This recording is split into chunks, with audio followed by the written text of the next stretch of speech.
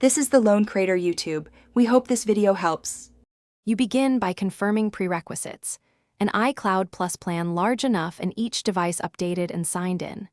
Once done, open Settings and tap your name. Go to Family Sharing, then iCloud Plus Shared Storage. Invite family members now and ask them to accept on their devices. This links accounts and billing.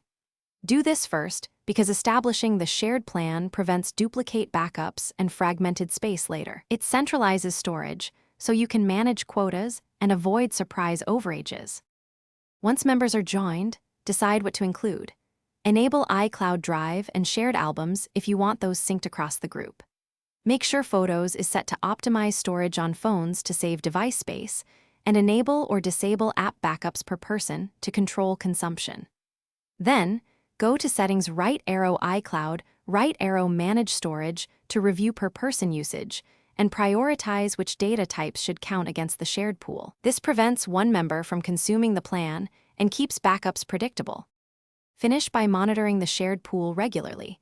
If you approach the limit, upgrade sooner rather than later to avoid interrupted backups. If someone leaves, remove them in family sharing so their data reverts to their personal account. Make sure everyone keeps automatic backups enabled for important data.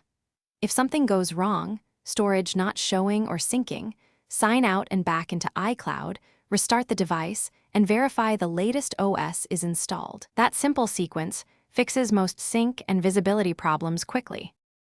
Thanks for watching. Consider subscribing if we helped you.